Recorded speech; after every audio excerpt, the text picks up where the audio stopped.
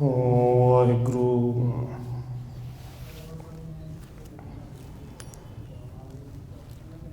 ਇੱਕ ਓੰਕਾਰ ਸਤਿਨਾਮ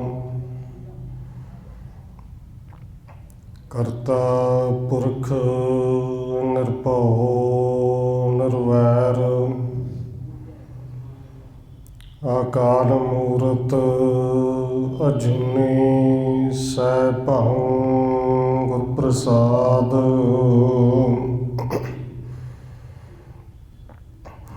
ਜਿਤਾ ਜੀਉ ਪਿੰਡ ਸਭ ਤੇਰਾ, ਤੂੰ ਅੰਤਰਜਾਮੀ ਪੁਰਖ ਭਗਵਾਨ। ਦਾਸਨ ਦਾਸ ਕਹਿ ਜਨ ਨਾਨਕ,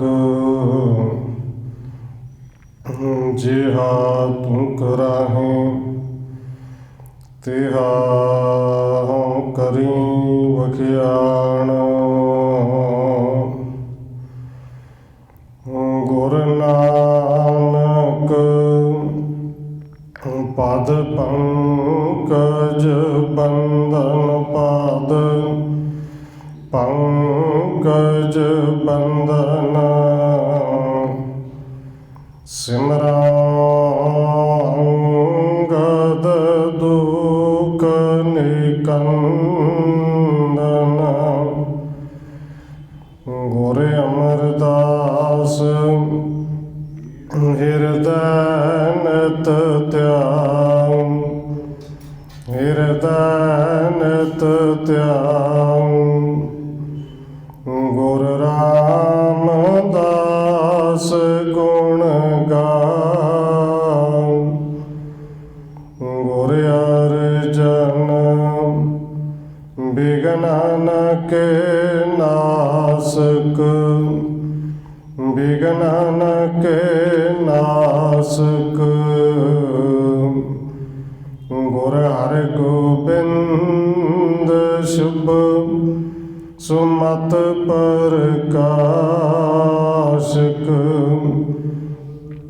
ਸ਼੍ਰੀ ਹਰਿ ਰਾਇ ਨਮੋ ਕਰ ਜੋਰੀ, ਨਮੋ ਕਰ ਜੋਰੀ।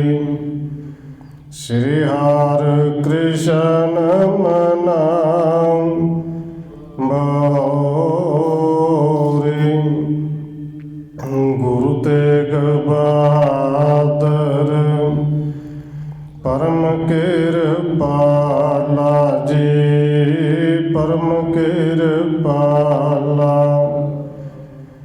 ਗੁਰ ਗੋਬਿੰਦ ਸਿੰਘ ਬਿਸਾਲਾ, ਤਰੁ ਤਾਰਾ ਪਾਰ ਪੁਨ ਪੁਨ ਸੀਸਾ ਜੀ, ਪੁਨ ਪੁਨ ਸੀਸਾ। ਬੰਦੋ ਬਾਰ ਬਾਰ ਜਗਦੀਸ਼ਾ, ਤਰੁ ਤਾਰਾ ਪਾਰ ਪੁਨ ਪੁਨ ਸੀਸਾ ਜੀ, ਪੁਨ ਪੁਨ ਸੀਸਾ। ਬੰਦੋ ਬਾਰ ਬਾਰ ਜਗਦੀਸ਼ਾ। ਜਿਸ ਮਹਿ ਅੰਮ੍ਰਿਤ ਗਿਆਨ ਹੈ, ਮਾਣਕ ਭਗਤ ਬੈਰਾਗ। ਸ਼੍ਰੀ ਗੁਰੂ ਗ੍ਰੰਥ ਸਾਹਿਬ ਉਦਦ, ਬੰਦੋਂ ਕਰ ਅਨੁਰਾਗ। ਏਕ ਓੰਕਾਰਾ ਸਤਿਗੁਰੂ ਜੇ ਪ੍ਰਸਾਦ ਸਚ ਹੋਏ। ਵਾਹਿਗੁਰੂ ਜੀ ਕੀ ਫਤਿਹ ਹੈ, ਬਿਘਨ ਬਿਨਾਸਨ ਸੋਏ। ਏਕ ਓੰਕਾਰਾ ਸਤਿਗੁਰੂ ਜੇ ਪ੍ਰਸਾਦ ਸਚ ਹੋਏ। ਵਾਹਿਗੁਰੂ ਜੀ ਕੀ ਫਤਿਹ ਹੈ। ਬਿਗਨ ਬਿਨਾਸਣ ਸੋਏ। ਵਾਹਿਗੁਰੂ ਜੀ ਦੋਹਰਾ ਕੇਤਕ ਦਿਨ ਬੀਤੇ ਜਬੇ ਗੁਰ ਦਰਸ਼ਨ ਨਹਿ ਕੀਨ। ਜੋ ਨਿਤ ਪ੍ਰਤ ਨਿਗਟੇ ਰਹੈ ਹੋਏ ਪ੍ਰੇਮ ਆਧੀਨ।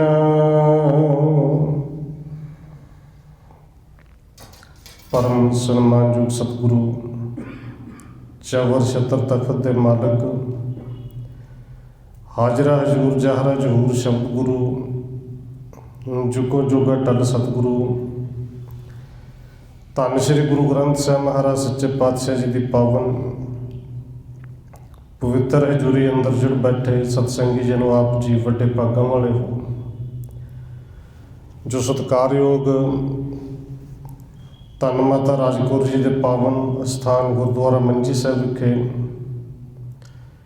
ਸ਼ਾਮਾਂ ਦੇ ਦੀਵਾਨਾਂ ਦੀਆਂ ਹਾਜ਼ਰੀਆਂ ਭਰ ਰਹੇ ਹੋ। ਆਓ ਰੋਜ਼ਾਨਾ ਦੀ ਤਰ੍ਹਾਂ ਧੰਨ ਗੁਰੂ ਅੰਗਦ ਦੇਵ ਮਹਾਰਾਜ ਜੀ ਦੀ ਚੱਲ ਰਹੀ ਲੜੀਵਾਰ ਇਤਿਹਾਸ ਕਥਾ ਦੇ ਨਾਲ ਅਗਲੇਰੀ ਸਾਂਝ ਪਾਉਣ ਤੋਂ ਪਹਿਲਾਂ ਅਸੀਸ ਬਖਸ਼ਿਸ਼ ਕਰੋ ਜੀ, ਰਸਨਾ ਨੂੰ ਕਰੋ ਪਵਿੱਤਰ। ਜਿਤਨੇ ਵੀ ਜੁੜ ਬੈਠੇ ਹੋ ਲਵਾਓ ਹਾਜ਼ਰੀ ਆਖੋ ਜੀ ਵਾਹਿਗੁਰੂ ਜੀ ਕਾ ਖਾਲਸਾ ਵਾਹਿਗੁਰੂ ਜੀ ਕੀ ਫਤਿਹ। ਦੋਹਰਾ ਕੇਤਕ ਦਿਨ ਬੀਤੇ ਜਬੇ ਗੁਰ ਦਰਸ਼ਨ ਨਹਿ ਕੀਨ। ਜੋ ਨਿਤ ਪ੍ਰਤ ਨਿਗਟੇ ਰਹੈ ਹੋਏ ਪ੍ਰੇਮ ਆਧੀਨ। ਕਵੀ ਰਾਜ ਕਵੀ ਸੰਤੋਖ ਸਿੰਘ ਜੀ ਅਗਲਾ ਅਧਿਆਇ ਨੰਬਰ 25 ਲਿਖਦੇ ਹੋਏ ਸ਼ੁਰੂ ਕਰਦੇ ਹੋਏ ਲਿਖਦੇ ਨੇ ਕਿ ਜਿਵੇਂ ਪਿਛਲੇ ਅਧਿਆਇ ਦੇ ਵਿੱਚ ਆਪ ਜੀ ਨੇ ਸਰਵਣ ਕੀਤਾ ਸੀ, ਧੰਨ ਗੁਰੂ ਅੰਗਦ ਦੇਵ ਜੀ ਖਾਤ ਰਜਾਨੇ ਦੀ ਥੇ ਤੋਂ ਚੱਲ ਕੇ ਭੈਰੋਪੁਰ ਖੀਓ ਭੱਲੇ ਦੇ ਘਰ ਹੋ ਕੇ ਵਾਪਸ ਖਡੂਰ ਸਾਹਿਬ ਆਏ। ਇੱਥੇ ਗੁਰੂ ਸਾਹਿਬ ਜੀ ਨੇ ਕਿਰਪਾ ਕੀਤੀ, ਬਾਬਾ ਅਮਰਦਾਸ ਜੀ ਨੂੰ ਹੁਕਮ ਕਰ ਦਿੱਤਾ ਕਿ ਅੱਜ ਤੋਂ ਬਾਅਦ ਤੁਸੀਂ ਖਡੂਰ ਸਾਹਿਬ ਨਹੀਂ ਆਉਣਾ, ਗੋਬਿੰਦਵਾਲ ਸਾਹਿਬ ਰਹਿਣਾ ਹੈ। ਜਦੋਂ ਤੁਹਾਨੂੰ ਦਰਸ਼ਨਾਂ ਦੀ ਚਾਹਤ ਹੋਵੇਗੀ ਅਸੀਂ ਆਪ ਆ ਕੇ ਦਰਸ਼ਨ ਦੇਵਾਂਗੇ, ਤੁਸੀਂ ਖਡੂਰ ਸਾਹਿਬ ਨਹੀਂ ਆਉਣਾ, ਜਾਂ ਜਦੋਂ ਬੁਲਾਵਾਂਗੇ ਉਦੋਂ ਆਉਣਾ ਹੈ। ਇਸੇ ਤਰ੍ਹਾਂ ਅਗਲਾ ਅਧਿਆਇ ਸ਼ੁਰੂ ਕਰਦੇ ਹੋਏ ਕਵੀ ਰਾਜ ਲਿਖਦੇ ਨੇ ਕਿ ਕਈ ਦਿਨ ਬੀਤ ਗਏ, ਧੰਨ ਬਾਬਾ ਅਮਰਦਾਸ ਜੀ ਨੂੰ ਗੁਰੂ ਅੰਗਦ ਦੇਵ ਜੀ ਦੇ ਦਰਸ਼ਨ ਨਹੀਂ ਹੋਏ, ਜਿਹੜੇ ਨਿਤਾ ਪ੍ਰਤੀ ਹਰ ਰੋਜ਼ ਸਵੇਰ ਤੋਂ ਲੈ ਕੇ ਸ਼ਾਮ ਤੱਕ ਦਰਸ਼ਨ ਕਰਦੇ ਸਨ। ਹੁਣ ਕਈ ਦਿਨ ਲੰਘ ਗਏ, ਦਰਸ਼ਨ ਹੀ ਨਹੀਂ ਹੋਏ। ਤਿੰਨ ਕੋ ਬਿਨ ਦੇਖੇ ਦਿਨ ਬੀਤੇ ਪੁੱਤੋ ਸ਼ਾਂਤ ਕਰ ਚੀਤ ਪ੍ਰਤੀਤੇ। ਜਿਨ੍ਹਾਂ ਦਾ ਦਿਨ ਸਾਰਾ ਦਿਨ ਦਰਸ਼ਨ ਕਰਦਿਆਂ ਬਤੀਤ ਹੁੰਦਾ ਸੀ, ਹੁਣ ਬਾਬਾ ਅਮਰਦਾਸ ਜੀ ਬਿਨਾਂ ਦਰਸ਼ਨ ਕਰੇ ਤੋਂ ਸਾਰਾ ਦਿਨ ਬਤੀਤ ਕਰਦੇ ਨੇ। ਔਰ ਇੱਕ ਇੱਕ ਦਿਨ ਇੱਕ ਇੱਕ ਸਦੀ ਵਰਗਾ ਲੱਗਦਾ ਹੈ। ਅੰਦਰ ਸ਼ਾਂਤ ਕਿੱਥੋਂ ਹੋਏ? ਦਰਸ਼ਨਾਂ ਤੋਂ ਬਿਨਾਂ ਤ੍ਰਿਪਤੀ ਕਿਵੇਂ ਮਿਲੇ? ਤਰਫਤ ਰਾਤ ਨੀਂਦ ਨਹਿ ਆਵੈ, ਦਿਨ ਮੈਂ ਰੁਚ ਕਰ ਅਸਨ ਨ ਪਾਵੈ।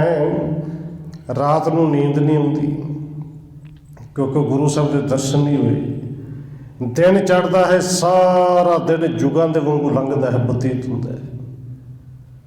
ਦਿਨ ਦੇ ਸਮੇਂ ਕੁਝ ਛਕਣ ਛਕਾਉਣ ਨੂੰ ਚੇਤ ਹੀ ਨਹੀਂ ਕਰਦਾ, ਪ੍ਰਸ਼ਾਦੇ ਦਾ ਪਤਾ ਹੀ ਨਹੀਂ ਕਿ ਛਕਣਾ ਵੀ ਹੈ ਕਿ ਜਾਂ ਨਹੀਂ ਛਕਣਾ। ਖਾਣ ਪਾਣ ਸੋ ਨਹੀਂ ਸਨੇਹੂ, ਪਦ ਅਰ ਬੰਧਨ ਪ੍ਰੇਮ ਅਛੇਹੂ। ਔਰ ਖਾਣ ਪਾਣ ਦੇ ਵਿੱਚ ਤੇ ਗੁਰੂ ਸਾਹਿਬ ਜੀ ਦੀ ਰੁਚੀ ਪਹਿਲੋਂ ਵੀ ਬਹੁਤ ਹੀ ਘੱਟ ਸੀ, ਧਿਆਨ ਨਹੀਂ ਸਨ ਦਿੰਦੇ। ਪਰ ਹੁਣ ਪ੍ਰੇਮ ਦੇ ਵਿੱਚ, ਵਿਛੋੜੇ ਦੇ ਵਿੱਚ ਹਰ ਵੇਲੇ ਇੱਕ ਪਿਆਸ ਹੈ, ਕਦੋਂ ਦਰਸ਼ਨ ਹੋਣਾ। ਸਭ ਸੋ ਉਦਾਸੀਨ ਰਹਿ ਬੈਸੇ, ਨਹਿ ਰੋਚੋ ਬੋਲਣ ਸੁਣੇ ਨਾ ਕੈਸੇ। ਬਾਬਾ ਅਮਰਦਾਸ ਜੀ ਭਾਵੇਂ ਬਹੁਤ ਘੱਟ ਬੋਲਦੇ ਸਨ, ਪਰ ਹੁਣ ਕਈ ਦਿਨ ਹੋ ਗਏ ਨੇ ਦਰਸ਼ਨ ਨਾ ਹੋਣ ਕਰਕੇ ਕਿਸੇ ਨਾਲ ਕੁਝ ਵੀ ਨਹੀਂ ਬੋਲਦੇ, ਬਿਲਕੁਲ ਚੁੱਪ ਰਹਿੰਦੇ ਨੇ। ਨਾ ਕਿਸੇ ਨੂੰ ਕਿਸੇ ਦੀ ਗੱਲ ਸੁਣਦੇ ਨੇ ਔਰ ਨਾ ਕਿਸੇ ਦਾ ਜਵਾਬ ਦਿੰਦੇ ਨੇ। ਮਨ ਸਿਮਰਨ ਕਰ ਕਰੋ ਹਕਾਰਨ, ਨਿਸ਼ਚੈ ਆਵੇਂਗੇ ਮਮ ਕਾਰਨ। ਹੁਣ ਬਾਬਾ ਅਮਰਦਾਸ ਜੀ ਨੇ ਮਨ ਵਿੱਚ ਵਿਚਾਰ ਕੀਤੀ ਕਿ ਮੈਂ ਗੁਰੂ ਸਾਹਿਬ ਦਾ ਨਿਸ਼ਚੈ ਕਰਕੇ ਪਿਆਰ ਦੇ ਨਾਲ ਸਿਮਰਨ ਕਰਨਾ ਹੈ, ਉਹਨਾਂ ਨੂੰ ਬੁਲਾਉਣਾ, ਔਰ ਜੇ ਸਿਮਰਨ ਕਰਾਂਗਾ ਮੇਰੇ ਪਿਆਰ ਕਰਕੇ ਜ਼ਰੂਰ ਆਉਣਗੇ। ਤਉ ਤਿਨਹੁ ਕੋ ਸ਼ਰਮ ਮਗ ਹੋਏ, ਇਹ ਮੇਰੇ ਚਿੱਤ ਰੁਚੇ ਨ ਕੋਏ। ਤੇ ਨਾਲ ਹੀ ਫਿਰ ਅਗਲੇ ਪਲ ਵਿਚਾਰ ਕਰਦੇ ਨੇ, ਮੈਂ ਤਾਂ ਸਿਮਰਨ ਕਰਕੇ ਬੁਲਾ ਲਵਾਂਗਾ, ਗੁਰੂ ਸਾਹਿਬ ਤੇ ਆ ਜਾਣਗੇ। ਪਰ ਦੇਖੇ ਗੁਰੂ ਸਾਹਿਬ ਨੂੰ ਪੈਦਲ ਤੁਰ ਕੇ ਆਉਣਾ ਪੈਣਾ ਹੈ। ਗੁਰੂ ਸਾਹਿਬ ਨੂੰ ਇੱਥੋਂ ਆਉਣ ਤੱਕ ਖੇਚਲ ਹੋਵੇਗੀ। ਤੇ ਮੇਰੇ ਵਾਸਤੇ ਇਹ ਚੰਗੀ ਗੱਲ ਬਿਲਕੁਲ ਨਹੀਂ ਕਿ ਗੁਰੂ ਸਾਹਿਬ ਜੀ ਨੂੰ ਮੇਰੇ ਵਾਸਤੇ ਖੇਚਲ ਹੋਵੇ। ਇੰਨਾ ਪ੍ਰੇਮ, ਦਰਸ਼ਨ ਵੀ ਕਰਨੇ ਚਾਹੁੰਦੇ ਨੇ, ਯਾਦ ਇਸ ਕਰਕੇ ਨਹੀਂ ਕਰਦੇ ਕਿ ਇੱਥੇ ਆਓ ਕਿ ਗੁਰੂ ਸਾਹਿਬ ਨੂੰ ਪੈਦਲ ਤੁਰ ਕੇ ਆਉਣਾ ਪੈਣਾ ਹੈ। ਦਰਸ਼ਨ ਬਿਨਾ ਸ਼ਾਂਤ ਕੇ ਮਤਾਰੈ, ਇਹ ਅਸਮੰਜਸ ਹਿਰਦੈ ਵਿਚਾਰੈ। ਕਿ ਦਰਸ਼ਨਾਂ ਤੋਂ ਬਿਨਾ ਸ਼ਾਂਤੀ ਵੀ ਨਹੀਂ ਹੁੰਦੀ। ਗੁਰੂ ਸਾਹਿਬ ਨੂੰ ਮੈਂ ਸਿਮਰਨ ਕਰਕੇ ਯਾਦ ਕਰਕੇ ਬੁਲਾ ਵੀ ਨਹੀਂ ਸਕਦਾ ਕਿਉਂਕਿ ਉਹਨਾਂ ਨੂੰ ਖੇਚਲ ਹੋਵੇਗੀ। ਇਹ ਮਨ ਦੇ ਵਿੱਚ ਦੁਬਦਾ ਅੱਜ ਮਨਸਸ ਬਣ ਗਈ ਕਿ ਹੁਣ ਸਿਮਰਨ ਕਰਾਂ, ਉਹਨਾਂ ਨੂੰ ਬੁਲਾਵਾਂ ਕਿ ਨਾ ਬੁਲਾਵਾਂ, ਕਿਉਂਕਿ ਮੈਂ ਨਹੀਂ ਚਾਹੁੰਦਾ ਮੇਰੇ ਕਰਕੇ ਉਹਨਾਂ ਨੂੰ ਕੋਈ ਥਕਾਵਟ, ਮੇਰੇ ਕਸਤੇ ਕਰਕੇ ਉਹਨਾਂ ਨੂੰ ਕੋਈ ਉਚੇਚ ਕਰਨੀ ਪਏ। ਜਾਏ ਕਡੂਰਨ ਹਾਰਨ ਕਰਹੂੰ, ਹਿਕ ਮਿਟੇ ਅਪਰਾਧ ਵਿਚਰਹੂੰ। ਖਡੂਰ ਸਾਹਿਬ ਮੈਂ ਜਾ ਨਹੀਂ ਸਕਦਾ, ਕਿਉਂਕਿ ਜੇ ਜਾਵਾਂ ਤਾਂ ਫਿਰ ਗੁਰੂ ਸਾਹਿਬ ਦਾ ਹੁਕਮ ਜਿਹੜਾ ਹੈ ਉਹ ਮਿਟਦਾ ਹੈ। ਗੁਰੂ ਸਾਹਿਬ ਨੇ ਹੁਕਮ ਕੀਤਾ ਖਡੂਰ ਸਾਹਿਬ ਆਉਣਾ ਨਹੀਂ। ਮਨ ਮਹਿ ਅਣਗਨ ਠਾਨੇ ਗਿਣਤੀ, ਨਿਸ ਦਿਨ ਪਣਹੇ ਦੇਣ ਬਣ ਬਿਣਤੀ। ਕਹਿੰਦੇ ਮਨ ਦੇ ਵਿੱਚ ਬਾਬਾ ਅਮਰਦਾਸ ਜੀ ਇਸ ਤਰ੍ਹਾਂ ਦੀ ਗਿਣਤੀ ਮਿਣਤੀ ਕਰਦੇ ਨੇ, ਦਿਨ ਰਾਤ ਵਿਚਾਰ ਕਰਦੇ ਨੇ ਕਿ ਕਿਵੇਂ ਹੁਣ ਉਹਨਾਂ ਨੂੰ ਬੁਲਾਵਾਂ ਸਿਮਰਨ ਕਰਕੇ, ਖਡੂਰ ਸਾਹਿਬ ਜਾਵਾਂ। ਖਡੂਰ ਸਾਹਿਬ ਜਾ ਨਹੀਂ ਸਕਦਾ, ਬੁਲਾਉਣਾ ਇਸ ਕਰਕੇ ਕਿ ਉਹਨਾਂ ਨੂੰ ਖੇਚਲ ਪਏਗੀ। ਚਿੱਤ ਚਟ ਮਿਟੇ ਲਗਤ ਅਦਕਾਈ, ਕਰੋ ਕਹਾਂ ਕੁਛ ਕਰੇ ਨਾ ਜਾਈ। ਚਿੱਤ ਦੇ ਵਿੱਚ ਬੜੀ ਬੇਚੈਨੀ ਜਿਹੀ ਅਨੁਭਵ ਹੋਵੇ ਕਿ ਕਰਾਂ ਤੇ ਕੀ ਕਰਾਂ, ਸਮਝ ਨਹੀਂ ਆਉਂਦੀ। ਦਰਸ਼ਨਾਂ ਤੋਂ ਬਿਨਾਂ ਰਿਹਾ ਵੀ ਨਹੀਂ ਜਾਂਦਾ। ਉਤ ਸ੍ਰੀ ਅੰਗਤ ਜਗ ਗੁਰ ਸੁਆਮੀ, ਦਾਸ ਹਿਰਦੈ ਲਖ ਅੰਤਰ ਜਾਮੀ। ਉਧਰੋਂ ਧੰਨ ਗੁਰੂ ਅੰਗਦ ਦੇਵ ਜੀ ਕਿਉਂਕਿ ਅੰਤਰ ਜਾਮੀ ਨੇ, ਔਰ ਆਪਣੇ ਸੇਵਕਾਂ ਦੀਆਂ ਆਪਣੇ ਦਾਸਾਂ ਦੀਆਂ ਤੇ ਬੜੀ ਛੇਤੀ ਸਮਝਦੇ ਨੇ ਕਿ ਬਾਬਾ ਅਮਰਦਾਸ ਜੀ ਦਰਸ਼ਨ ਕਰਨਾ ਚਾਹੁੰਦੇ ਨੇ। ਬੜੀ ਪਿਆਸ ਜਿਹ ਸਾਤ ਨ ਆਵਤ, ਸੁਖ ਚਿਤ ਚਿਤ ਕਰ ਨਹੀਂ ਭੁਲਾਵਤ। ਬਾਬਾ ਅਮਰਦਾਸ ਜੀ ਨੂੰ ਦਰਸ਼ਨਾਂ ਦੀ ਬੜੀ ਪਿਆਸ ਹੈ। ਧੰਨ ਗੁਰੂ ਅੰਗਦ ਦੇਵ ਜੀ ਜਾਣਦੇ ਨੇ ਕਿ ਉਹ ਸੰਕੋਚ ਕਰਕੇ ਸਾਨੂੰ ਬੁਲਾ ਵੀ ਨਹੀਂ ਰਿਹਾ ਕਿ ਸਾਨੂੰ ਖੇਚਲ ਪਏਗੀ। ਹੁਕਮ ਮੰਨ ਕੇ ਖਡੂਰ ਸਾਹਿਬ ਆ ਵੀ ਨਹੀਂ ਸਕਦਾ। ਅਸਮੰਜਸ ਮਹਿ ਸੇਵਕ ਪਰਿਓ, ਆਪਣੋ ਬਿਰਦ ਸੰਭਾਰਣ ਕਰਿਓ।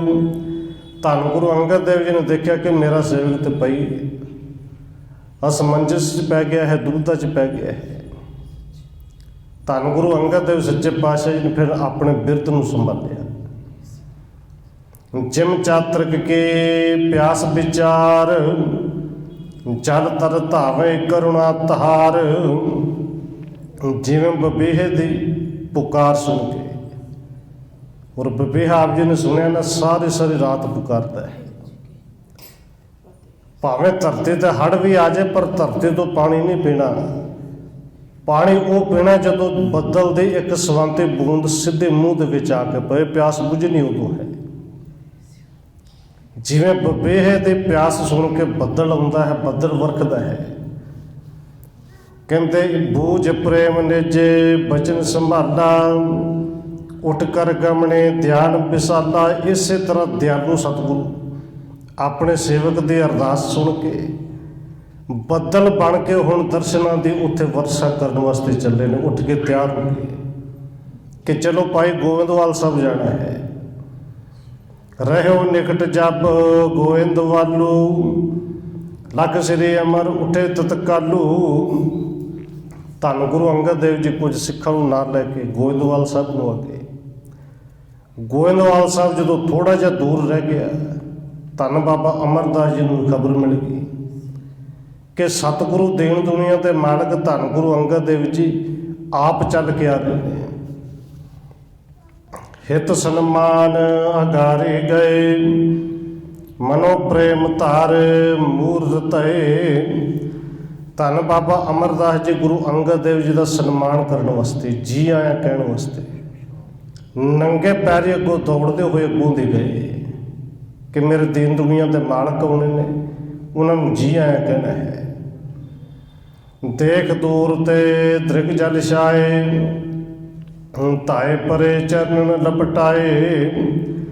ਕਹਿੰਦੇ ਦੂਰ ਤੋਂ ਹੀ ਧੰਨ ਗੁਰੂ ਅੰਗਦ ਦੇਵ ਜੀ ਦੇ ਦਰਸ਼ਨ ਕਰਕੇ ਬਾਬਾ ਅਮਰਦਾਸ ਦੇ ਅੱਖਾਂ 'ਚ ਜਲ ਭਰ ਆਇਆ। ਜਲ ਕੇ ਭਰ ਆਇਆ, ਅੱਖਾਂ ਦੇ ਵਿੱਚੋਂ ਝੜੀ ਲੱਗ ਗਈ। ਭੱਜ ਕੇ ਧਾ ਕੇ ਸਤਿਗੁਰੂ ਧੰਨ ਗੁਰੂ ਅੰਗਦ ਦੇਵ ਜੀ ਦੇ ਚਰਨਾਂ ਤੇ ਜਾ ਪਏ। ਪਕਰ ਪੂਜਾ ਕਰ ਸੰਗ ਲਗਾਇਵ, ਦੁੱਧਸ ਪ੍ਰੇਮ ਅਧਿਕ ਉਮਗਾਇਵ। ਧੰਨ ਗੁਰੂ ਅੰਗਦ ਦੇਵ ਮਹਾਰਾਜ ਜੀ ਨੇ ਦੋਵੇਂ ਮੋਢਿਆਂ ਤੋਂ ਫੜ ਕੇ ਚੁੱਕਿਆ, ਘੁੱਟ ਕੇ ਜੱਫੀ ਪਾਈ, ਗਲ ਦੇ ਨਾਲ ਲਾਇਆ। ਕਰ ਸੋ ਕਰ ਗਹਿ ਕਰ ਪੁਨ ਚੱਲੇ, ਗਿਆਨ ਵਿਰਾਗ ਮਨੋ ਦੋਇ ਮਿਲੇ। ਧੰਨ ਗੁਰੂ ਅੰਗਦ ਦੇਵ ਜੀ ਨੇ ਬਾਬਾ ਅਮਰਦਾਸ ਜੀ ਦਾ ਸੱਜਾ ਹੱਥ ਆਪਣੇ ਖੱਬੇ ਹੱਥ ਵਿੱਚ ਫੜਿਆ। ਹੱਥ ਵਿੱਚ ਹੱਥ ਫੜ ਕੇ ਚੱਲ ਪਏ। ਤੇ ਜਦੋਂ ਦੋਵੇਂ ਸਤਿਗੁਰੂ ਜੀ ਚੱਲਦੇ ਨੇ, ਕਵੀ ਸੰਤੋਖ ਸਿੰਘ ਜੀ ਇਵੇਂ ਲੱਗਦਾ ਕਿ ਜਿਵੇਂ ਇੱਕ ਗਿਆਨ ਦੀ ਮੂਰਤ ਤੇ ਇੱਕ ਵਿਰਾਗ ਦੀ ਮੂਰਤ ਜਾਂਦੀ ਹੋਵੇ। ਗਿਆਨ ਦੇ ਮੂਰਤ ਧੰਨ ਗੁਰੂ ਅੰਗਦ ਦੇਵ ਜੀ ਔਰ ਵਿਰਾਗ ਦੇ ਮੂਰਤ ਬਾਬਾ ਅਮਰਦਾਸ ਜੀ। ਪੁਰ ਮਹਿ ਨਹੀਂ ਪ੍ਰਵੇਸ਼ਨ ਕੀਨਸ, ਸਲਤਾ ਕੂਲ ਲਲਿਤ ਕੋ ਚੀਨਸ। ਧੰਨ ਗੁਰੂ ਅੰਗਦ ਦੇਵ ਸੱਚੇ ਪਾਤਸ਼ਾਹ ਜੀ ਖਡੂਰ ਨਗਰ ਦੇ ਵਿੱਚ ਨਹੀਂ ਪ੍ਰਵੇਸ਼ ਕੀਤੇ। ਬਾਬਾ ਅਮਰਦਾਸ ਦਾ ਹੱਥ ਵਿੱਚ ਫੜਿਆ ਹੈ, ਨਾਲ ਨਾਲ ਚੱਲਦੇ ਨੇ। ਕਹਿੰਦੇ ਚਲੋ ਬਿਆਸ ਦਰਿਆ ਦੇ ਕੰਢੇ ਨੂੰ ਜਾ ਕੇ ਵੇਖੀਏ। ਜਹਾਂ ਬਿਹੰਗਣ ਕੇ ਸੁਖ ਜੋਟੇ, ਬੋਲ ਤੇ ਆਪਸ ਮਹਿ ਸੁਰ ਛੋਟੇ। ਸਤਿਗੁਰੂ ਉਸ ਬਿਆਸ ਦਰਿਆ ਦੇ ਕੰਢੇ ਤੇ ਗਏ ਨੇ, ਜਿੱਥੇ ਬਹੁਤ ਪੰਛੀਆਂ ਦੇ ਜੋੜੇ ਨੇ। ਛੋਟੀ ਛੋਟੀ ਕੋਮਲ ਮਿੱਠੀ ਆਵਾਜ਼ ਦੇ ਵਿੱਚ ਆਪਸ ਵਿੱਚ ਬੋਲਦੇ ਨੇ, ਚਹਿਚਕਾਉਂਦੇ ਨੇ। ਚਲਤ ਪ੍ਰਵਾਹ ਬਿਮਲ ਜਲ ਜਾਲਾ, ਮਸ ਕਸ਼ ਉਰਰਤ ਸ਼ਵਸ਼ ਵਿਸ਼ਾਲਾ। ਜਿੱਥੇ ਬਿਆਸ ਨਦੀ ਦਾ ਪਾਣੀ ਨਿਰਮਲ ਜਲ, ਨਿਰਮਲ ਪ੍ਰਵਾਹ ਚੱਲ ਰਿਹਾ ਹੈ, ਜਿਹਦੇ ਵਿੱਚ ਬਹੁਤ ਸਾਰੇ ਮੱਛੀਆਂ ਨੇ, ਕੱਛੂ ਨੇ, ਡੱਡੂ ਨੇ, ਜਿਹੜੇ ਸਾਫ ਵਿੱਚ ਇਸ ਤਰ੍ਹਾਂ ਲੱਗਦਾ ਕਿ ਜਿਵੇਂ ਬੜੇ ਆਨੰਦ ਵਿੱਚ ਮੌਜਾਂ ਮਾਣਦੇ ਨੇ, ਨਜ਼ਰ ਆਉਂਦੇ ਨੇ। ਸੁੰਦਰ ਹੁਤੋ ਸਥਾਨ ਉਤੰਗਾ, ਸਿਕਤਾ ਮ੍ਰਿਦਲ ਪੂਰਨ ਜਨ ਗੰਗਾ। ਉੱਥੇ ਕਿਨਾਰੇ ਤੇ ਚਲਦੇ ਇੱਕ ਉੱਚੀ ਥਾਂ ਆਈ, ਜਿਹੜੀ ਰੇਤੇ ਦੀ ਬਣੀ ਹੋਈ ਉੱਚੀ ਥਾਂ ਹੈ, ਖੁੱਲੀ ਥਾਂ ਹੈ। ਲਲਿਤ ਸੁਥਲ ਪਿਕ ਬੈਠੇ ਜਾਏ, ਸ੍ਰੀ ਅੰਗਦ ਸੇਵਕ ਸੁਖਦਾਈ।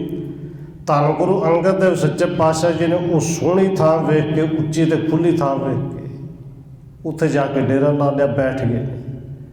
ਔਰ ਬੈਠਣ ਵਾਸਤੇ ਕੋਈ ਉੱਥੇ ਚਾਦਰਾਂ ਨਹੀਂ ਮੰਗਾਈਆਂ, ਕੁਝ ਨਹੀਂ ਵਿਛਾਇਆ। ਜਿਵੇਂ ਦੀ ਰੇਤ ਸੀ ਉੱਤੇ ਥਾਂ 'ਤੇ ਐਨ ਆਨੰਦ ਦੇ ਨਾਲ ਚੌਕੜਾ ਮਾਰ ਕੇ ਉੱਚੀ ਥਾਂ 'ਤੇ ਬੈਠ ਗਏ। ਵੇਖ ਕੇ ਜਿੰਨੇ ਨਾਲ ਸਿੱਖ ਸੰਗਤਾਂ ਸਨ, ਉਹ ਸਤਿਗੁਰੂ ਦੇ ਸਾਹਮਣੇ ਚਰਨਾਂ ਵਿੱਚ ਬੈਠ ਗਏ। ਲੋਚਨ ਪੁੱਟ ਤੇ ਅੰਮ੍ਰਿਤ ਰੂਪ, ਕਰਤ ਪਾਣ ਸ੍ਰੀ ਅਮਰ ਅਨੂਪ। ਇਹ ਵੇਖ ਕੇ ਧੰਨ ਗੁਰੂ ਅੰਗਦ ਦੇਵ ਸੱਚੇ ਪਾਤਸ਼ਾਹ ਜਦੋਂ ਬੈਠੇ ਨੇ, ਬਾਬਾ ਅਮਰਦਾਸ ਜੀ ਨੇ ਆਪਣੇ ਵੱਲੋਂ ਦੇਖੇ ਕਿ ਜਿਹੜੀ ਥੋੜ੍ਹੀ ਜਿਹੀ ਨੀਵੀਂ ਥਾਂ ਹੋਵੇ ਉੱਥੇ ਬੈਠੇ ਨੇ। ਗੁਰੂ ਸਾਹਿਬ ਤੋਂ ਬਿਲਕੁਲ ਸਨਮੁਖ ਸਾਹਮਣੇ ਹੋ ਕੇ ਬੈਠੇ ਨੇ। ਔਰ ਇੱਕ ਟੱਕ ਲਗਾਤਾਰ ਧੰਨ ਗੁਰੂ ਅੰਗਦ ਦੇਵ ਜੀ ਦੇ ਚਿਹਰੇ ਵੱਲੇ ਵੇਖੀ ਜਾ ਰਹੇ ਨੇ, ਦੇਖ ਹੀ ਰਹੇ ਨੇ। ਔਰ ਇਸ ਤਰ੍ਹਾਂ ਵੇਖਦੇ ਨੇ ਕਿ ਲੋਚਨ ਪੁੱਟ ਤੇ ਅੰਮ੍ਰਿਤ ਰੂਪ, ਜਿਵੇਂ ਅੱਖਾਂ ਦੀਆਂ ਡੂਣੀਆਂ ਦੇ ਨਾਲ ਭਰ ਭਰ ਕੇ ਅੰਮ੍ਰਿਤ ਪੀ ਰਹੇ ਨੇ, ਦਰਸ਼ਨਾਂ ਰੂਪੀ ਅੰਮ੍ਰਿਤ ਛਕ ਹੀ ਰਹੇ ਨੇ, ਔਰ ਪੀਂਦਿਆਂ ਪੀਂਦਿਆਂ ਛਕਦੇ ਛਕਦੇ ਰੱਜਦੇ ਹੀ ਨਹੀਂ। ਤ੍ਰਿਪਤ ਨਾ ਹੋਤ ਹੇਰ ਜਨ ਜੀਵਤ, ਅਤ ਹਰਕਤ ਚਿਤ ਸ਼ਾਂਤੀ ਥੀਵਤ। ਕਹਿੰਦੇ ਉਸ ਦਰਸ਼ਨ ਰੂਪੀ ਅੰਮ੍ਰਿਤ ਨੂੰ ਛਕਦਿਆਂ ਛਕਦਿਆਂ ਰੱਜਦੇ ਹੀ ਨਹੀਂ, ਤ੍ਰਿਪਤ ਨਹੀਂ ਹੁੰਦੇ। ਇੰਨੇ ਪ੍ਰਸੰਨ ਨੇ, ਇੰਨੀ ਅੰਦਰ ਸ਼ਾਂਤੀ ਹੈ ਕਿ ਇਹ ਦਰਸ਼ਨ ਕਰਦੇ ਹੀ ਰਵਾਂ। ਨੀਚੇ ਥਲ ਸਨਮੁਖ ਹੋਏ ਬੈਸੇ, ਵਾਸਦੇਵ ਅਰਜੁਨ ਯੁਗ ਜੈਸੇ। ਕਹਿੰਦੇ ਧੰਨ ਗੁਰੂ ਅੰਗਦ ਦੇਵ ਜੀ ਦੇ ਬਿਲਕੁਲ ਸਾਹਮਣੇ ਨੀਵੀਂ ਥਾਂ 'ਤੇ ਬਾਬਾ ਅਮਰਦਾਸ ਜੀ ਬੈਠੇ ਨੇ। ਇੱਥੇ ਕਵੀ ਰਾਜ ਨੇ ਉਦਾਹਰਣ ਦਿੱਤੇ ਕਿ ਜਿਵੇਂ ਕ੍ਰਿਸ਼ਨ ਦੇ ਸਾਹਮਣੇ ਅਰਜੁਨ ਹੱਥ ਜੋੜ ਕੇ ਬੈਠਾ ਹੋਏ। ਮਹਿਮਾ ਮਹਾ ਲਖੇ ਨਹਿ ਪਰੇ, ਅੰਮ੍ਰਿਤ ਬਚਨ ਗਿਆਨ ਰਸ ਭਰੇ। ਤੇ ਉਸ ਵੇਲੇ ਕੀ ਆਨੰਦ ਹੋਵੇਗਾ, ਉਸ ਆਨੰਦ ਦੀ ਮਹਿਮਾ ਕਵੀ ਰਾਜ ਕਹਿੰਦੇ ਨੇ ਕਹਿੰਦਿਆਂ ਨਹੀਂ ਬਣਦੀ। ਉਹ ਮਹਿਮਾ ਧੰਨ ਗੁਰੂ ਅੰਗਦ ਦੇਵ ਜੀ ਜਾਣਦੇ ਨੇ, ਧੰਨ ਗੁਰੂ ਅਮਰਦਾਸ ਜੀ ਜਾਣਦੇ ਨੇ। ਹੇ ਪੁਰਖਾ ਤੁਮ ਹੋ ਮਮ ਰੂਪ, ਭੇਦ ਨ ਜਾਣੋ ਤਨਕ ਅਨੂਪ। ਹੁਣ ਧੰਨ ਗੁਰੂ ਅੰਗਦ ਦੇਵ ਜੀ ਨੇ ਫਿਰ ਬਚਨ ਕੀਤੇ, ਬਾਬਾ ਅਮਰਦਾਸ ਜੀ ਵੱਲ ਵੇਖ ਕੇ ਕਹਿੰਦੇ ਨੇ, ਹੇ ਪੁਰਖਾ ਭਈ ਇੱਕ ਟੱਕ ਵੇਖ ਰਿਹਾ, ਬਸ ਇਹ ਗੱਲ ਸਮਝ ਲੈ ਕਿ ਤੇਰੇ ਵਿੱਚ ਤੇ ਮੇਰੇ ਵਿੱਚ ਬਿਲਕੁਲ ਰੰਚਕ ਪਰਦਾ ਵੀ ਕੋਈ ਫਰਕ ਨਹੀਂ। ਭੇਦ ਨਾ ਜਾਣੋ ਤਨਕ ਅਨੂਪ, ਤੇਰੇ ਰੂਪ ਵਿੱਚ ਤੇ ਮੇਰੇ ਰੂਪ ਵਿੱਚ ਤਿਨਕੇ ਜਿੰਨਾ ਵੀ ਇੱਕ ਬਿਲਕੁਲ ਕਣਕੇ ਜਿੰਨਾ ਵੀ ਫਰਕ ਨਹੀਂ, ਭੇਦ ਹੀ ਨਹੀਂ। ਸਦਾ ਹਿਰਦੇ ਬਾਸਤ ਹੋ ਮੇਰੇ, ਮੁਝ ਸੋ ਪਿਆਰ ਸਦੇਵ ਵਡੇਰੇ। ਧੰਨ ਗੁਰੂ ਅੰਗਦ ਦੇਵ ਜੀ ਕਹਿੰਦੇ ਨੇ, ਪੁਰਖਾ ਤੁਸੀਂ ਤਾਂ ਸਦਾ ਹੀ ਮੇਰੇ ਹਿਰਦੇ ਵਿੱਚ ਵਸਦੇ ਹੋ। ਇਹ ਨਹੀਂ ਕਿ ਗੁਰੂ ਹੀ ਹਿਰਦੇ 'ਚ ਵਸਦਾ ਹੈ, ਗੁਰੂ ਦੇ ਹਿਰਦੇ 'ਚ ਸਿੱਖ ਵੀ ਵਸਦਾ ਹੈ। ਤੁਝ ਸੋ ਪਿਆਰ ਸਦੇਵ ਵਡੇਰੇ, ਸਾਡਾ ਤੁਹਾਡੇ ਨਾਲ ਸਦਾ ਹੀ ਪਿਆਰ ਹੈ ਤੇ ਤੁਸੀਂ ਸਦਾ ਸਾਡੇ ਹਿਰਦੇ 'ਚ ਵਸਦੇ ਹੋ। ਆਤਮ ਗਿਆਨ ਸਦੇਵ ਵਿਚਾਰੋ, ਨਾਨਾ ਭੇਦ ਹਿਰਦੈ ਨਿਰਵਾਰੋ। ਧੰਨ ਗੁਰੂ ਅੰਗਦ ਦੇਵ ਜੀ ਕਹਿੰਦੇ ਨੇ, ਪੁਰਖਾ ਆਤਮ ਗਿਆਨ ਦੀ ਵਿਚਾਰ ਕਰਿਆ ਕਰੋ। ਬਾਕੀ ਇਹ ਨਾਨਾ ਭੇਦ ਜਿਹੜੇ ਵੱਖੋ ਵੱਖਰੇ ਭੇਦ ਨੇ ਨਾ, ਇਹਨੂੰ ਕੱਢ ਦਿਓ। ਇਹ ਸਰੀਰਾਂ ਦੇ ਤੇ ਅੰਗਾਂ ਦੀ ਬਣਾਵਟ ਵੱਖੋ ਵੱਖਰੀ ਹੋ ਸਕਦੀ ਹੈ, ਸਰੀਰ ਦੋ ਹੋ ਸਕਦੇ ਨੇ। ਦੇਹਨ ਕੇਰ ਸਨੇਹੂ ਅਸ਼ੇਹਾ, ਮਿਥਿਆ ਹੈ ਨਾ ਰਾਖੋ ਇਹਾ। ਸਤਿਗੁਰੂ ਕਹਿੰਦੇ ਨੇ, ਦੇਹਾਂ ਦੇ ਨਾਲ ਸਰੀਰਾਂ ਦੇ ਨਾਲ ਨੇ ਜਿਹੜਾ ਇਹ ਛੱਡ ਦਿਓ, ਕਿਉਂਕਿ ਸਰੀਰਾਂ ਵਾਲਾ ਨੇ ਸਾਥ ਨਹੀਂ ਨਿਭਣਾ, ਇਹ ਮਿਥਿਆ ਹੈ। ਸਰੀਰਾਂ ਵਾਲਾ ਪਿਆਰ ਜਿਹੜਾ ਇਹਨੂੰ ਛੱਡ ਦਿਓ। ਆਦਿ ਅੰਤ ਮੈਂ ਜੁਨੇ ਪਦਿਅਤ, ਮਧਿਆ ਸਤਿਆ ਸੋ ਕੈਸੇ ਸਹੀਅਤ। ਸਤਿਗੁਰੂ ਕਹਿੰਦੇ ਨੇ, ਭਾਈ ਪ੍ਰੇਮ ਤੇ ਉਹਦੇ ਨਾਲ ਕਰਨਾ ਹੈ ਜਿਹੜਾ ਆਦ ਅੰਤ ਤੇ ਮੱਧ ਹਰ ਵੇਲੇ ਸਾਡੇ ਨਾਲ ਹੈ, ਜਿੰਦਾ ਆਦ ਅੰਤ ਕਦੇ ਹੈ ਹੀ ਨਹੀਂ। ਸਾਡੇ ਆਦ ਤੋਂ ਸਾਡੇ ਅੰਤ ਤੱਕ ਸਾਡੇ ਨਾਲ ਹੈ। ਉਸ ਸੱਚ ਦੀ ਪ੍ਰਾਪਤੀ ਕਰੋ। ਜੋ ਉਪਜੈ ਸੋ ਬਿਨਸੈ ਹਾਰੋ, ਲਖ ਤਾਕੋ ਮਿਥਿਆ ਨਿਰਵਾਰੋ। ਧੰਨ ਗੁਰੂ ਅੰਗਦ ਦੇਵ ਜੀ ਕਹਿੰਦੇ ਨੇ, ਭਾਈ ਪੁਰਖਾ ਜੋ ਸਰੀਰ ਕਰਕੇ ਜੋ ਉਪਜਦਾ ਹੈ ਨਾ, ਇਕੱਲਾ ਸਰੀਰ ਮਨੁੱਖ ਦਾ ਹੀ ਨਹੀਂ, ਜੋ ਵੀ ਉਪਜਦਾ ਹੈ, ਉਹ ਚਾਹੇ ਪਸ਼ੂ ਹੋਵੇ, ਪੰਛੀ ਹੋਵੇ, ਉਹ ਫਲ ਹੋਵੇ, ਬੂਟਾ ਹੋਵੇ, ਪਹਾੜ ਹੋਵੇ, ਉਹ ਪਰਬਤ ਹੋਵੇ, ਚਾਹੇ ਸਮੁੰਦਰ ਹੋਵੇ, ਜੋ ਵੀ ਉਪਜਦਾ ਹੈ ਉਹ ਤੇ ਨਾਸ ਹੁੰਦਾ ਹੀ ਹੈ। ਇਸ ਲਈ ਇਸ ਸਭ ਨੂੰ ਮਿਥਿਆ ਸਮਝ ਕੇ ਛੱਡ ਦਿਓ। ਇਸ ਮੈਂ ਹੈ ਸੰਕਟ ਅਨੇਕ ਪ੍ਰਕਾਰ, ਨਾਸਵੰਤ ਦ੍ਰਿਸ਼ਟਮਾਨ ਸੰਸਾਰ। ਸਤਿਗੁਰੂ ਜੀ ਕਹਿੰਦੇ ਨੇ, ਜੇ ਇਹਨਾਂ ਨਾਲ ਨੇ ਪਾਈਏ ਨਾ, ਭਈ ਇਹਦੇ ਤੋਂ ਸੰਕਟ ਮਿਲਦਾ ਹੈ, ਦੁੱਖ ਮਿਲਦਾ ਹੈ। ਇਹ ਸਾਰਾ ਸੰਸਾਰ ਜਿਹੜਾ ਨਾਸਵੰਤ ਹੈ। ਜਿਸ ਕੋ ਇਹ ਆਲੰਬ ਨਿਤ ਭਾਸੇ, ਸੋ ਬਿਨ ਆਦ ਨ ਅੰਤ ਪ੍ਰਕਾਸੇ। ਸਤਿਗੁਰੂ ਜੀ ਕਹਿੰਦੇ ਨੇ, ਜਿਹਨੂੰ ਮਨੁੱਖ ਆਪਣਾ ਆਸਰਾ ਸਮਝਦਾ ਹੈ ਨਾ, ਅਸਲ ਵਿੱਚ ਸਰੀਰ ਆਸਰਾ ਨਹੀਂ। ਹਾਂ, ਸਰੀਰ ਇੱਕ ਰਹਿਣ ਵਾਸਤੇ ਘਰ ਜ਼ਰੂਰ ਹੈ, ਪਰ ਅਸਲ ਵਿੱਚ ਆਸਰਾ ਉਹ ਜਿਹੜਾ ਆਦਿ ਤੋਂ ਲੈ ਕੇ ਅੰਤ ਤੱਕ ਸਾਡਾ ਆਸਰਾ ਔਰ ਸਾਡੇ ਅੰਦਰ ਹੀ ਹੈ। काल स्पर्शे जाहे न कोहूं, आदि अंत मद एक रस त्योहूं।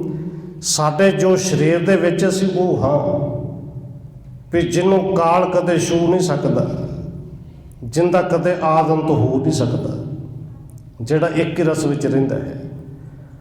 ਸੋ ਤੂੰ ਆਪਣੋ ਰੂਪ ਪਛਾਣ, ਏਕ ਆਤਮਾ ਮਹਿਤ ਮਹਾਨ। ਸਤਿਗੁਰੂ ਜੀ ਕਹਿੰਦੇ ਨੇ ਭਾਈ ਪੁਰਖਾ ਤੂੰ ਆਪਣਾ ਉਹ ਇੱਕ ਰੂਪ ਪਛਾਣ, ਜਿਹੜਾ ਨਾ ਜੰਮਦਾ ਹੈ ਨਾ ਮਰਦਾ ਹੈ। ਵਿਸ਼ਰਨ ਮਿਲਣ ਨਾ ਜਿਸਮੈ ਪਈਅਤ, ਵਿਆਪਕ ਨਭ ਸਭ ਥਲ ਲਹੀਅਤ। ਬਸ ਜਦੋਂ ਉਹ ਸਿੱਖ ਦੀ ਪਛਾਣ ਹੁੰਦੀ ਹੋਊਗੀ ਨਾ, ਜਿਹੜਾ ਨਾ ਜੰਮਦਾ ਹੈ ਨਾ ਮਰਦਾ ਹੈ, ਉਹਦੇ 'ਚ ਫਿਰ ਵਿਛੋੜਾ ਕਦੇ ਨਹੀਂ। ਫਿਰ ਇਹ ਵਿਛੋੜੇ ਵਾਲਾ ਇੰਨਾ ਕੰਮ ਕਦੇ ਨਹੀਂ ਲੱਗਾਗਾ ਤੇ ਸਰੀਰਾਂ ਦੀ ਦੂਰੀ ਤੇ ਪੈ ਜਾਂਦੀ ਹੈ। ਪਰ ਅਸਲ ਵਿੱਚ ਜਿਹੜਾ ਅੰਦਰੋਂ ਆਤਮਾ ਕਰਕੇ ਇੱਕ ਵਾਰੀ ਮਿਲ ਜੇ ਨਾ, ਗੁਰੂ ਸਾਹਿਬ ਦੀ ਬਾਣੀ ਕਹਿੰਦੀ ਹੈ ਕਿ ਮਿਲਿਆ ਹੋਏ ਨਾ ਵਿਛੜੈ, ਜੇ ਮਿਲਿਆ ਹੋਈ ਕੋਈ ਮਿਲਿਆ ਹੋਵੇ ਸਹੀ, ਇੱਕ ਵਾਰੀ ਮਿਲਣ ਦੀ ਜਾਂਚ ਆ ਜੇ ਸਹੀ, ਮਿਲਿਆ ਹੋਇਆ ਕਿੱਥੇ ਵਿਛੜਦਾ ਹੈ। ਸਰੀਰਾਂ ਦਾ ਕਿ ਸਰੀਰ ਤੇ ਆਉਣੇ ਜਾਣੇ ਨੇ। ਜਨਮ ਨਾ ਮਰਨ ਨਾ ਸੁਖ ਨਾ ਹਰਖਾ, ਦੁੰਦ ਬਿਹੀਨ ਸੋ ਬੁੱਧ ਕਰ ਪਰਖਾ। ਜਿਨ੍ਹਾਂ ਨੇ ਮਿਲਣਾ ਹੈ ਨਾ, ਜਿਹੜੇ ਅੰਦਰੋਂ ਮਿਲ ਗਏ ਨੇ, ਆਤਮਾ ਨਾਲ ਮਿਲੀ ਹੈ, ਉੱਥੇ ਤੇ ਜਨਮ ਮਰਨ ਹੈ ਹੀ ਨਹੀਂ, ਉੱਥੇ ਤੇ ਹਰਖ ਸੁਖ ਹੈ ਹੀ ਨਹੀਂ, ਉੱਥੇ ਤੇ ਦਵੈਸ਼ ਦਵੰਦ ਨਾਂ ਦੀ ਕੋਈ ਚੀਜ਼ ਹੀ ਨਹੀਂ। ਅਹੰ ਬ੍ਰਹਮ ਅਦਵੈ ਘਨ ਰੂਪ, ਇਹ ਬ੍ਰਿਤ ਨਿਸ਼ਚਲ ਤਰੋ ਅਨੂਪ। ਸਤਿਗੁਰੂ ਕਹਿੰਦੇ ਨੇ ਵਾਹਿਗੁਰੂ ਇੱਕ ਅਦੁੱਤੀ ਹੈ, ਉਹ ਨਾ ਟੁੱਟਣ ਯੋਗ ਹੈ, ਉਹਨੂੰ ਕੋਈ ਤੋੜ ਨਹੀਂ ਸਕਦਾ, ਉਹ ਨਿਸ਼ਚਲ ਹੈ, ਸਦਾ ਸਥਿਰ ਰਹਿਣ ਵਾਲਾ ਹੈ। ਲੋਕਣ ਕੋ ਸਿਖਵਣ ਹਿਤ ਬਾਹਰ, ਹਮ ਹੈ ਦਾਸ ਪ੍ਰਭੂ ਕੇ ਜਾਹਰ। ਸਤਿਗੁਰੂ ਕਹਿੰਦੇ ਨੇ ਭਾਈ ਪੁਰਖਾ ਅਸੀਂ ਉਹਦਾ ਹੀ ਰੂਪ ਹਾਂ। ਇਹ ਕਹਿ ਲਈਏ ਕਿ ਰੱਬ ਦੇ ਵਿੱਚ ਤੇ ਸਾਡੇ ਵਿੱਚ ਕੋਈ ਫਰਕ ਨਹੀਂ, ਪਰ ਹਾਂ ਬਾਹਰੋਂ ਜਨਾਉਣ ਵਾਸਤੇ ਆਪਣੇ ਆਪ ਨੂੰ ਇਸ ਢੰਗ ਨਾਲ ਢਾਲੇ ਕਿ ਮੈਂ ਉਸ ਰੱਬ ਦਾ ਦਾਸ ਹਾਂ। ਔਰ ਕਈ ਇਸ ਗੱਲ ਨੂੰ ਫਿਰ ਪੁੱਠੇ ਪਾਸੇ ਲੈ ਜਾਂਦੇ ਨੇ ਕਿ ਮੈਂ ਹੀ ਰੱਬ ਹਾਂ। ਗੁਰੂ ਸਾਹਿਬ ਜੀ ਕਹਿੰਦੇ ਨੇ ਉਹ ਰੱਬ ਬਣ ਕੇ ਬੈਠ ਵੀ ਜਾਂਦੇ ਨੇ। ਨਹੀਂ, ਬਾਹਰੋਂ ਇਸ ਤਰ੍ਹਾਂ ਢਾਲਣਾ ਹੈ ਕਿ ਮੈਂ ਉਸ ਪਰਮੇਸ਼ਰ ਦਾ ਦਾਸ ਹਾਂ, ਪਰ ਸਾਡੇ ਵਿੱਚ ਤੇ ਪਰਮੇਸ਼ਰ ਵਿੱਚ ਫਰਕ ਕੋਈ ਨਹੀਂ। ਭਗਤ ਬਿਥਾਰੂ ਸੰਗਤ ਮਾਹੂ, ਚੱਲੇ ਸਿੱਖ ਪਿੱਖ ਕਰ ਤੁਮ ਰਾਹੂ। ਸਤਿਗੁਰੂ ਕਹਿੰਦੇ ਨੇ ਭਾਈ ਪੁਰਖਾ ਤੁਸੀਂ ਤੇ ਭਗਤੀ ਦਾ ਵਿਸਤਾਰ ਕਰਨਾ ਸੰਗਤ ਵਿੱਚ, ਭਗਤੀ ਤੇ ਤੁਸੀਂ ਸਿਖਾਉਣੀ ਹੈ। ਤੇ ਭਗਤੀ ਸਰੀਰਾਂ ਕਰਕੇ ਨਹੀਂ, ਭਗਤੀ ਮਨ ਕਰਕੇ, ਆਤਮਾ ਕਰਕੇ। ਤੁਹਾਡਾ ਰਾਹ ਵੇਖ ਕੇ ਬੜੇ ਸਿੱਖ ਨੇ ਜਿਹੜੇ ਇਸ ਰਾਹ ਦੇ ਪਾਂਧੇ ਬਣਨਗੇ। ਇਤਿਆਦਿਕ ਕਹਿ ਗੁਰੂ ਸੁਜਾਨਾ, ਅਹੰਗ ਬ੍ਰਹਮ ਦ੍ਰਿੜ ਆਤਮ ਗਿਆਨਾ। ਇਤਿਆਦਿਕ ਇਸ ਤਰ੍ਹਾਂ ਦਾ ਕੁਝ ਸਮਝਾਉਂਦਾ ਹੋਇਆ, ਉਪਦੇਸ਼ ਦਿੰਦੇ ਹੋਇਆ ਇਹ ਗਿਆਨ ਦ੍ਰਿੜ ਕਰਵਾਇਆ ਕਿ ਪ੍ਰਭੂ ਆਤਮ ਰੂਪ ਹੈ, ਅਸੀਂ ਉਸ ਆਤਮ ਰੂਪ ਦੀ ਅੰਸ਼ ਹਾਂ, ਅਸੀਂ ਵੀ ਉਹ ਆਤਮ ਰੂਪ ਹੀ ਹਾਂ। ਇਹ ਸਰੀਰ ਸਾਡੇ ਰਹਿਣ ਵਾਸਤੇ ਇੱਕ ਘਰ ਹੈ। ਕੀ ਨੇ ਆਪਣੇ ਸਦ੍ਰਿਸ਼ ਕਿਰਪਾਲਾ, ਜਿਮ ਮਸਾਲ ਤੇ ਜਗੇ ਮਸਾਲਾ। ਭਾਵੇਂ ਧੰਨ ਬਾਬਾ ਅਮਰਦਾਸ ਜੀ ਦੀ ਕਿਰਪਾ ਪਹਿਲੋਂ ਵੀ ਬੜੀ ਹੈ, ਪਰ ਕਹਿੰਦੇ ਅੱਜ ਧੰਨ ਕਿਰਪਾਲੂ ਗੁਰੂ ਅੰਗਦ ਦੇਵ ਜੀ ਨੇ ਬਾਬਾ ਅਮਰਦਾਸ ਜੀ ਨੂੰ ਬਿਲਕੁਲ ਆਪਣੇ ਵਰਗਾ ਹੀ ਬਣਾ ਲਿਆ। ਕੀਨ ਆਪਣੇ ਸਦ੍ਰਿਸ਼ ਕਿਰਪਾਲਾ। ਤੇ ਕਿਵੇਂ ਬਣਾ ਲਿਆ? ਕਹਿੰਦੇ ਜਿਵੇਂ ਇੱਕ ਮਿਸਾਲ ਨੂੰ ਵੇਖ ਕੇ ਦੂਜੀ ਮਿਸਾਲ ਜਗਦੀ ਹੈ। ਜਗਦੇ ਹੋਏ ਦੀਵੇ ਦੇ ਨਾਲ ਬੁੱਝਿਆ ਹੋਇਆ ਦੀਵਾ ਲੱਗ ਜੇ ਤੇ ਉਹ ਵੀ ਜਗ ਜਾਂਦਾ ਹੈ। ਬਸ ਇਸ ਤਰ੍ਹਾਂ ਆਪਣੀ ਜੋਤ ਦੇ ਵਿੱਚੋਂ ਜੋਤ ਇੱਕ ਕਰ ਦਿੱਤੀ। ਕਹਿ ਲੱਗ ਕਹੋ ਸੋ ਬਚਨ ਬਿਲਾਸ, ਕਰੇ ਬੈਠ ਸਤਿਗੁਰ ਸੰਗ ਦਾਸ। ਕਵੀ ਰਾਜ ਕਹਿੰਦੇ ਨੇ ਕਿੱਥੋਂ ਤੱਕ ਕਹਾਂ ਕਿ ਇਸੇ ਤਰ੍ਹਾਂ ਧੰਨ ਗੁਰੂ ਅੰਗਦ ਦੇਵ ਜੀ ਨੇ ਬਾਬਾ ਅਮਰਦਾਸ ਜੀ ਨਾਲ ਸਿੱਖਾਂ ਸੇਵਕਾਂ ਦੇ ਨਾਲ ਇਸ ਤਰ੍ਹਾਂ ਉੱਥੇ ਕਿਨਾਰੇ 'ਤੇ ਬੈਠ ਕੇ ਬਚਨ ਬਿਲਾਸ ਕੀਤੇ। ਬਿਆਸ ਨਦੀ ਦੇ ਕਿਨਾਰੇ 'ਤੇ ਗੋਇੰਦਵਾਲ ਸਾਹਿਬ ਦੀ ਉਸ ਪਾਵਨ ਧਰਤੀ 'ਤੇ। ਬਹੁ ਰੁੱਠੇ ਤਹਿ ਤੇ ਜਗਨਾਥਾ, ਸਹਿਤ ਪ੍ਰੇਮ ਕਹਿ ਸੇਵਕ ਹਾਥਾ। ਕਹਿੰਦੇ ਜਗਤ ਦੇ ਨਾਥ ਧੰਨ ਗੁਰੂ ਅੰਗਦ ਦੇਵ ਜੀ ਉੱਠੇ बड़े प्रेम के नाल उठे और बाबा अमरदास का हथ फिर उस तरह अपने हाथ में फड़ लिया। धन धन भागत संग जाते, बार बार दर्शन निरखाते। ते धन बाबा अमरदास जी धन गुरु धन गुरु धन गुरु कहते हुए नाल जाते हैं, बार बार अपनी नज़र गुरु साहब के चेहरे ते लियाते हैं, फिर दर्शन करते हैं। पंथ बरोबर गमने जाहे, कह कर दाहन कर कर माहे। कहते इस तरह रस्ते ते बराबर धन गुरु अंगद देव जी अपने नाल नाल बाबा अमरदास जी को लई जाते। सज्जा हथ धन गुरु अंगद देव जी ने अपने खब्बे हाथ में फड़िया हुआ है। कित कराह चल कर जबे आए, तब श्री अमर सुभुजा डुलाए। हुण ये सुभावक है कि एक हाथ जे नाल दे ने फड़िया हो, दूजा हाथ फिर हिलदा है। तुरीए सहस बाह हाथ अगे पिछे जाता है, और शुरू तो लैके जदों तो चलते आए जाता होएगा उदों तो जाता होएगा। सहस बाह चलते ने हाथ अगे पिछे डोलता है। भई अचानक गुर के आगे, देखते अमरदास बड़ भागे। पर अचानक ही बाबा अमरदास जी का ध्यान हथ ते चला गया कि जदों बाहर लड़ाउंदिया होया हथ अगे नूं गया तो विचार बन विच आ गए कि मेरी बांह तो गुरु अंगद देव जी नालों भी अगे निकल गई, ये तो मेरे गुरु नालों भी अगे निकल गई। बड़े चिंत चित दारुण पहारे, महा अवज्ञा गुर के धारी। और देखो कईयों तो पता नहीं होंदा, महाराज की सवारी लैन आउंदे ने कि चलो ना पता हो तो गल वक्री हो। फिर एक जाने तो अगे जाना है घड़ियाल लैके, एक जाने ने जल लैके जाना, दो तीन जाने फिर होर अगे अगे तुरते हैं कि शायद साडी टौर अगे बन के चल गई है। पर नहीं, धन बाबा अमरदास जी ने विचार की मेरी बांह और गुरु साहब तो अगे निकल गई, बराबर भी नहीं से जानी चाहिए तो अगे निकल गई है। मन में बड़ी चिंता की तो गुरु साहब की अवज्ञा होगी। और होया सहज सुभाई, चल के तो आ रहे सन पहलों, पर ध्यान जो गया उदों लग्या कि बांह तो अगे जाती है। बाम बाह के ढोल अगारे, सतगुर इसने कीन पिछारे। बांह वाले वेखते ने बांह डोलती है, ये खब्बे बाह ने तो गुरु साहब को पिछे छड़ दिता, ये तो गुरु साहब को अगे निकल गई, ये तो गुरु साहब का अपमान हो गया। लख अपराध सो पूजा बिसारी, तूरण सुख चावण को धारे। बाबा अमरदास जी ने समझा बड़ा बड़ा अपराध हो गया है। उस वे उस बाह को संकोच लिया, खब्बी बाह को। छाते संग लाए सोहले नस, तितशन नेम एव कर लेनस। उस वे छाती बाह छाती के नाल ला लिया कि थले लमकेगी तो फिर अगे जाएगी। और कला छाती नाल ही लाया, छाती नाल ला के एक नेम बना लिया। अब इसको अपने नह जानो, किनो गुर अपराध पछानो। इन्हें गुरु साहब का अपराध किया है। अज तो बाद ये समझना इस बाह को अपनी समझना ही नहीं, ये समझना कि मेरी बाह है ही नहीं। अज तो बाद खब्बे बाह के नाल कोई काम लैना ही नहीं।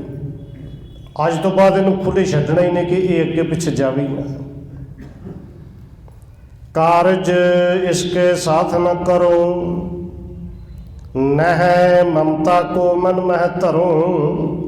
धन बाबा अमरदास जी ने इन्हें बनाया कि अज तो बाद इस बांह दे नाल खब्बे बांह नाल कोई काम नहीं करना, कमीज का बटन बंद नहीं करना, इहदे नाल कोई चमचा नहीं फड़ना, इहदे नाल कोई भांडा नहीं फड़ना, कुछ भी नहीं करना। इन्हू समझना कि ये बाह अज तो है ही नहीं, इहदी ममता धरनी हुई नहीं। जब लग मह तन को धारो, तिसके संग न कछु सुधारू। ये प्रण कर ले कि जदों तक हुण शरीर है, जदों तक मैं शरीर दे विच रहना है, उदों तक इस बाह तो कोई काम नहीं लेना। और धन बाबा अमरदास जी गुरता गद्दे ते बैठण तो बाद भी 22 साल गुरता गद्दे ते बैठते हैं। ਗੁਰੂ ਬਣਨ ਤੋਂ ਬਾਅਦ ਵੀ ਇਸ ਬਾਹ ਤੋਂ ਕੋਈ ਕੰਮ ਨਹੀਂ ਲਿਆ। ਬਸ ਇਸ ਤਰ੍ਹਾਂ ਸਮਝੇ ਕਿ ਬਾਹ ਮਰੀ ਹੋਈ ਹੈ ਹੀ ਨਹੀਂ। ਛਾਤੇ ਸਾਥ ਲਾਏ ਸੋ ਹਾਥ, ਚਲੇ ਜਾਤ ਸੰਗ ਸ੍ਰੀ ਗੁਰੂ ਨਾਥ। ਬਾਬਾ ਅਮਰਦਾਸ ਜੀ ਨੂੰ ਖੱਬੀ ਬਾਹ ਛਾਤੀ ਨਾਲ ਲਾਈ ਔਰ ਧੰਨ ਗੁਰੂ ਅੰਗਦ ਸਾਹਿਬ ਜੀ ਦੇ ਨਾਲ ਨਾਲ ਚੱਲੇ ਜਾ ਰਹੇ ਨੇ। ਏਕ ਹਾਥ ਦਾਹਣ ਤੇ ਤਬਹੁ, ਕਿਰਿਆ ਸੁਧਾਰਤ ਭੇ ਤਨ ਸਭਹੁ। ਕਹਿੰਦੇ ਉਸ ਦਿਨ ਤੋਂ ਧੰਨ ਬਾਬਾ ਅਮਰਦਾਸ ਜੀ ਇੱਕ ਹੀ ਹੱਥ ਤੋਂ, ਸੱਜੇ ਹੱਥ ਤੋਂ ਸਰੀਰ ਦੀ ਸਾਰੀ ਕਿਰਿਆ ਸੁਣਦੇ ਸਨ। ਜਿੰਨੀ ਵੀ ਕਿਰਿਆ ਹੈ, ਚਾਹੇ ਸਿਰ ਤੇ ਪਰਨਾ ਬੰਨ੍ਹਣਾ ਹੈ, ਚਾਹੇ ਕੱਪੜੇ ਪਾਉਣੇ ਨੇ, ਚਾਹੇ ਕੁਝ ਵੀ ਕਰਨਾ ਹੈ, ਇੱਕੋ ਹੱਥ ਨਾਲ ਕਰਦੇ ਰਹੇ। ਜੇਤਕ ਤਨ ਆਦਿਕ ਕੀ ਕਾਰੇ, ਨਹੀਂ ਪਾਮ ਸੋ ਕਬਹੂ ਸੁਧਾਰੇ। ਤਨ ਦੇ ਜਿੰਨੀ ਵੀ ਕਿਰਿਆ ਹੈ, ਬਸ ਖੱਬੇ ਹੱਥ ਤੋਂ ਕੰਮ ਨਹੀਂ ਲਿਆ। ਇਹ ਸ੍ਰੀ ਅਮਰ ਕਹਿਓ ਕਸ ਕਰੀ, ਅੰਗ ਅੰਗ ਗੋਰੇ ਭਗਤੀ ਧਰੀ। ਹੁਣ ਇੱਥੇ ਕਵੀ ਰਾਜ ਕਹਿੰਦੇ ਲੋਕ ਇਹ ਵੀ ਸਵਾਲ ਕਰਨਗੇ, ਮਨ ਵਿੱਚ ਉੱਠੇਗਾ ਵੀ ਕਿ ਗੁਰੂ ਅਮਰਦਾਸ ਜੀ ਨੇ ਇਸ ਤਰ੍ਹਾਂ ਕਿਉਂ ਕੀਤਾ? ਕੋਈ ਐਡਾ ਵੱਡਾ ਅਪਰਾਧ ਤਾਂ ਹੈ ਨਹੀਂ ਸੀ, ਬਾਹ ਹੈ। ਇਸ ਬਾਹ ਨੂੰ ਮਰੀ ਹੋ ਕੇ ਉਹ ਸਮਝ ਲੈ ਇਹਦੇ ਨਾਲ ਕਾਰਜ ਕਿਉਂ ਨਹੀਂ ਕੀਤਾ? ਇਸ ਕਰਕੇ ਨਹੀਂ ਕੀਤਾ, ਕਹਿੰਦੇ ਕਿਉਂਕਿ ਅੰਗ ਅੰਗ ਗੁਰ ਭਗਤੀ ਧਰੀ। ਧੰਨ ਬਾਬਾ ਅਮਰਦਾਸ ਜੀ, ਗੁਰੂ ਅਮਰਦਾਸ ਜੀ, ਉਹਨਾਂ ਦੇ ਅੰਗ ਅੰਗ ਦੇ ਵਿੱਚ ਭਗਤੀ ਸੀ। ਔਰ ਭਗਤੀ ਕਰਨ ਵਾਲਾ ਭਗਤ ਆਪਣੇ ਰੱਬ ਦੇ ਬਰਾਬਰ, ਭਾਵੇਂ ਰੱਬ ਬਰਾਬਰ ਸਮਝਦਾ ਹੈ, ਪਰ ਭਗਤ ਕਦੇ ਆਪਣੇ ਆਪ ਨੂੰ ਬਰਾਬਰ ਨਹੀਂ, ਦਾਸ ਹੀ ਸਮਝਦਾ ਹੈ। ਅੰਗ ਅੰਗ ਦੇ ਵਿੱਚ ਭਗਤੀ ਸੀ, ਅੰਗ ਅੱਗੇ ਚਲਾ ਗਿਆ, ਉਹਨੂੰ ਸਮਝ ਲਿਆ, ਅਵੱਗਿਆ ਕਰ ਦਿੱਤੀ।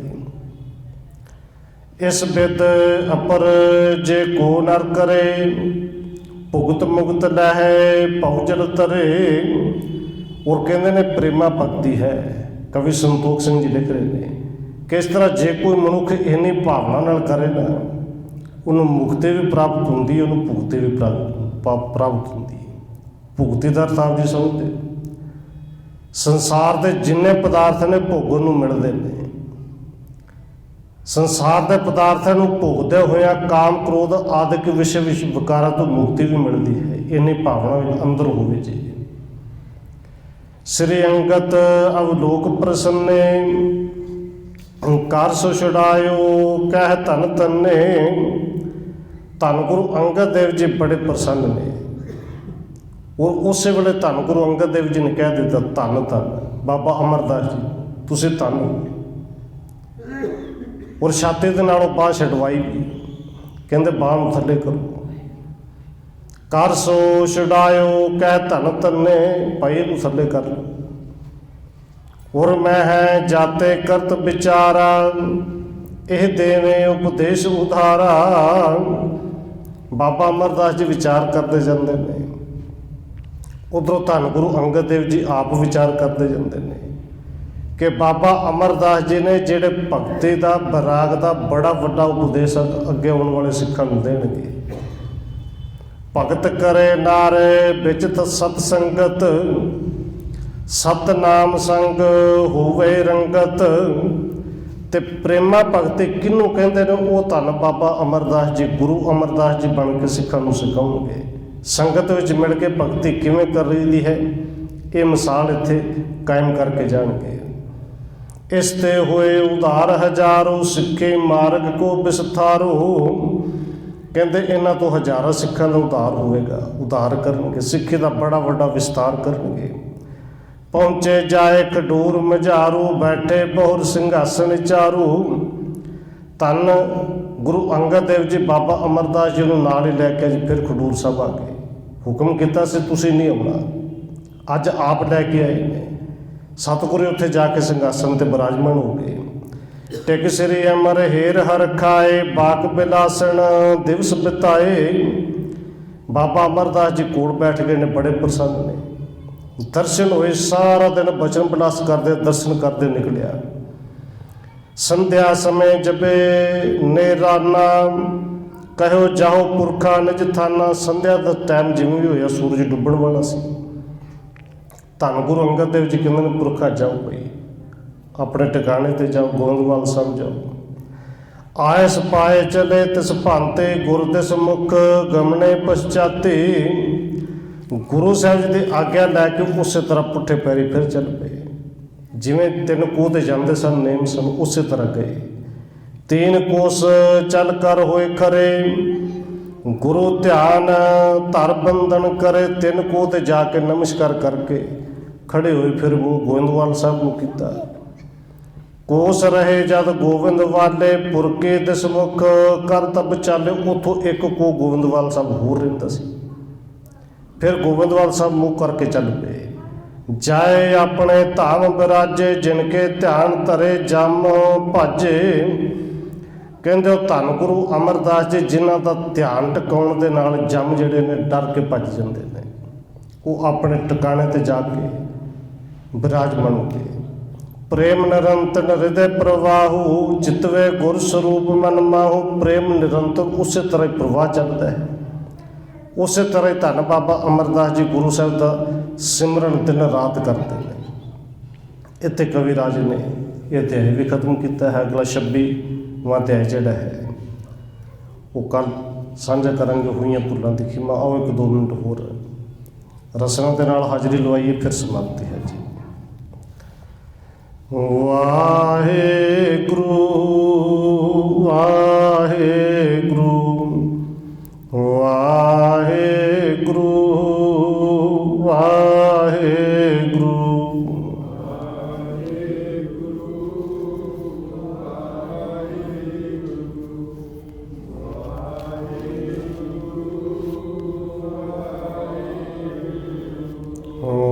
वाहेगुरु वाहेगुरु वाहेगुरु वाहेगुरु।